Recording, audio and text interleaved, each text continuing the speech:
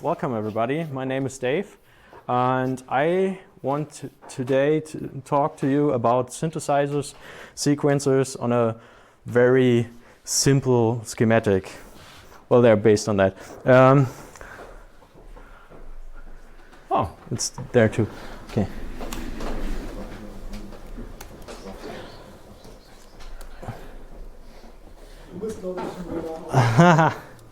Ja, danke. Should turn on Wi-Fi first.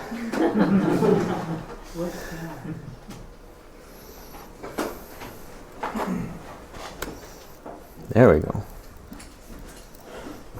So, CD note video note movie.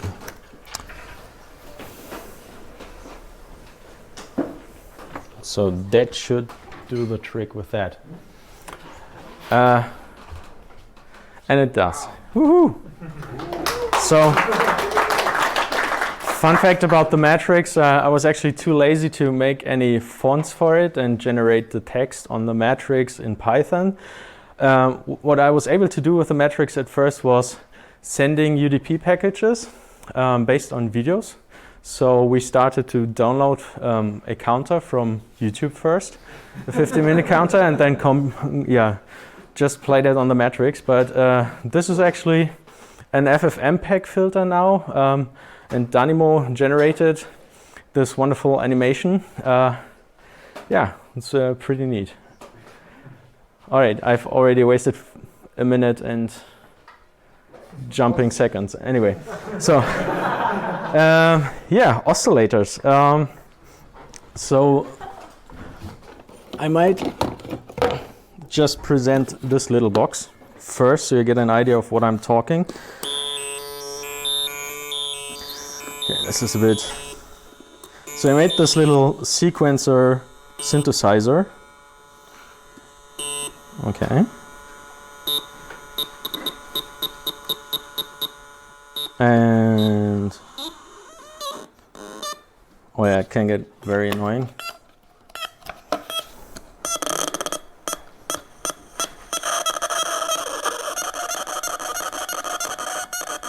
And it can also go backwards. This is kind of broken on this machine.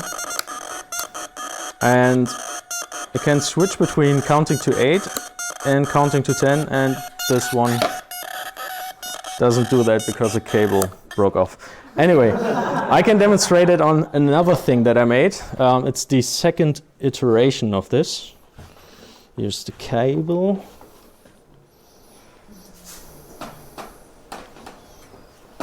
Turn on. Right. So let's go forward and use.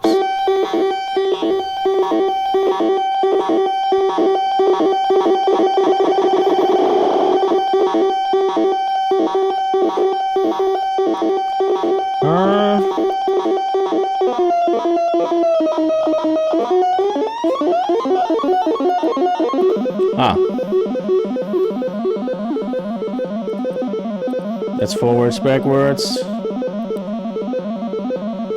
Right. And here you can see the 1 and 2 get repeated.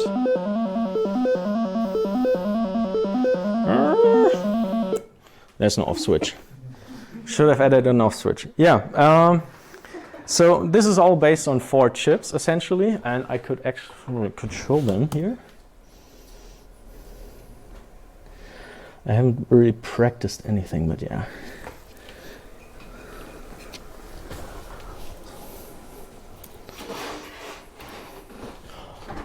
This is the latest version of it, and I kind of like to label all the parts that I'm adding to the board. And you can see the left one is the LED controller. It's a 4028. The 4029 is the binary counter, and then we have a 4051. That's an analog muxer, and yeah, the 14106. That's an hex Schmidt trigger, and I'm gonna tell you about that a bit in a second. But yeah, that's basically the ticking thing, or I make it tick. So I've prepared something here. No, that's the other breadboard. So the 4010-6. How do I set it up? First we need power, and I think that was already it. It's an inverter. So when the input is positive, this LED is off, and when it's negative, it stays on. So with that, I'm charging a capacitor. And when the capacitor is charged, the input level then is set to positive, and the output of it is negative. And when that happens, the capacitor is discharging again, and you get an oscillation.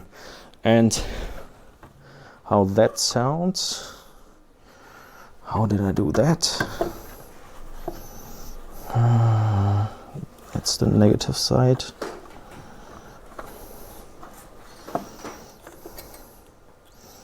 It should go in here. It's make and tell, so I'm making and telling you. Yeah, when you add a resistor, the capacitor charges and discharges depending on that value. So yeah, it takes longer for it to charge or discharge, and if the resistor is smaller, then it's a higher frequency. This is a potentiometer. You can also add something else. I hope I brought it. That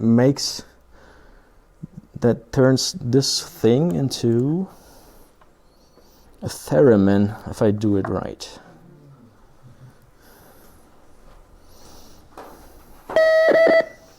So.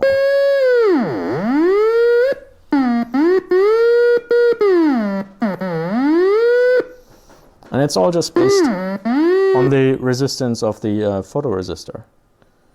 All right. Good news. Huh? Not sure if I... Whoa, I dropped it.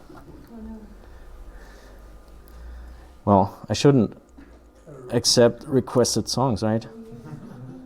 I'm not that kind of a DJ.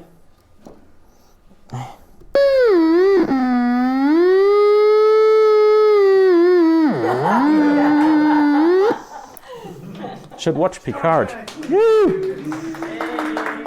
So, this is kind of the part that I practiced for this and put everything together. Right, I hope it stays on a bit. There we go. When you take a very, very big capacitor, the frequency gets very low, and you can actually use that as a clock input. And that clock input you can feed into the binary counter, the 4029. And it was kind of a lucky accident when I was putting something like this together. It was based on a tutorial on Hackaday. That was, I think Elliot Williams did that. And he used a 4040 or something that's just counting up in binary. And yeah, I couldn't find it in the drawer of my dad. He had a lot of parts, but he didn't have these. So I found out that the 4029 exists and actually is able to go forwards and backwards depending on the switches. Yeah, that was pretty cool. So you get something more to play with. Otherwise, this box gets annoying very fast. This way, it's just 50 minutes. And yeah, the analog muxer is quite interesting. You've seen that the resistor here is setting the frequency, but if you want to switch between all these resistors to get another frequency very fast, you need something like the 4051 that's getting binary input from the 4029. It's like 4 pins that toggle between 0 and 1, and you get up to 16 steps. So the 4051 can switch between switch between 8 inputs and sends that out to 1 output. So this is how I get, what I got with Zynthia.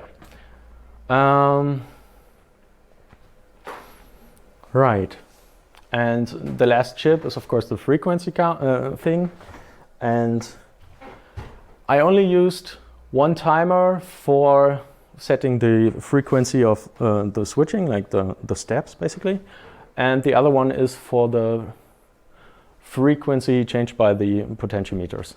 And with a bit of thinking, I'm now at a point where I can use this board and another one and 2 extra chips and can make a 16-step sequencer out of it. So even with those little 4 chips, I can get a wide range of interesting sounds, and this is what I basically wanted to share. And yeah.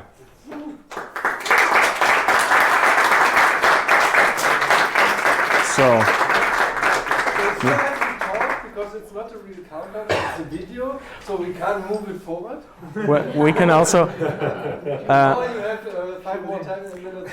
Well, since I basically blanked out and we have 5 minutes, we can also like put in some questions if anyone has a question. Yes. I'm saying this is a really maybe a naive question, but the oscillators that I heard, it reminds me a lot of MIDI files. Okay. I just wondered, is there any kind of explanation there in terms of the use of oscillators in the MIDI format, or is it just a shared property of the different kinds of sound? It's probably the shared property that it's a digital generated sound, or it's not really digital, but this one is a sawtooth. No, it's not a sawtooth. Somewhere, right? Yeah, just someone said the right one. Yeah, square wave, right. So it's very edgy, and this makes a, well, sometimes 8-bit sound, depending on what filters you maybe use. And so yeah, there's a relation to that. Yeah. Right. So yeah, anyone else? Something? When do you use the decimal versus octal output? What makes you choose to have 10 beats in music? It seems like a weird number for music. Yeah. So you might be able to get something out of it that's 5 by 4. But also when you play it a bit faster, it just gets a bit off rhythm-ish. So maybe I can turn it on again.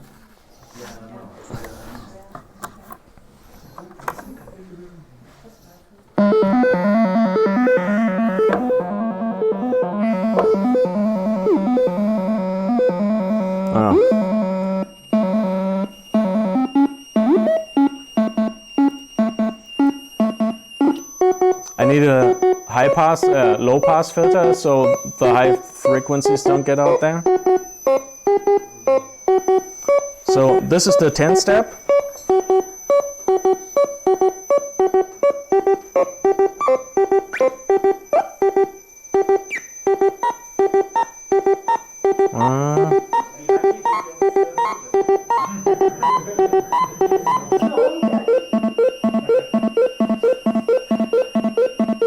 So this is 10 steps, but it has a very rhythmic feeling to it, so.